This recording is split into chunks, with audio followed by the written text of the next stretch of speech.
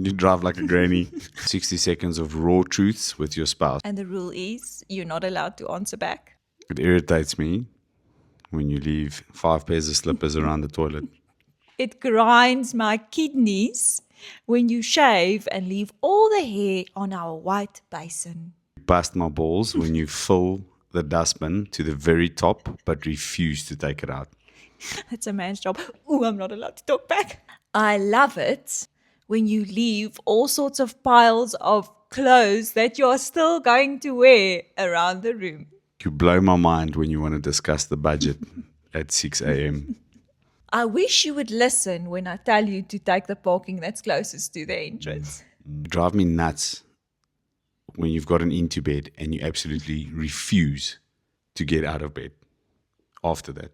When I get downstairs and you have made your protein snack and just lightly wipe the powder all over the counter for me to come and clean. You drive like a granny. You don't follow any single road rule or traffic rule when you drive. Anyways, I love you forever. So all good. Love you too, babe.